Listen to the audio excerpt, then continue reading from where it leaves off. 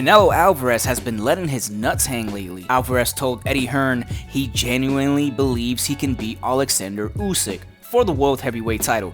He said to Eddie, if you can make that fight at 1 pound above cruiserweight, which is 200 pounds, that he could beat him. Bye-bye, I go home. Now, does Canelo Alvarez really believe these claims, or is he just trying to find a way to hype up the fight with him and Bivol this Saturday, which surprisingly has not gotten any sort of hype or promotion whatsoever? Oh man. Whatever the reason behind his motive was, Canelo does have a tough task this Saturday night against Dimitri Bivol that he needs to worry about first. It's easy, easy work. Now, in other news, Canelo Alvarez reportedly turned down a $100 million deal to fight Jermall Charlo and Errol Spence Jr. He's a great fighter, things like that, but you can't put him to me.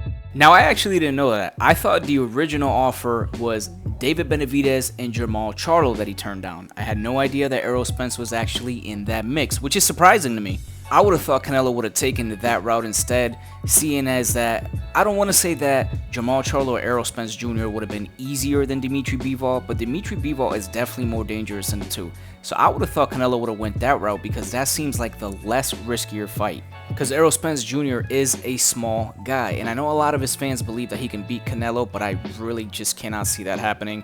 I believe Errol Spence is just too small, and you got a guy that's going all the way up to 175, willing to go up to 200 pounds to fight Alexander Usyk.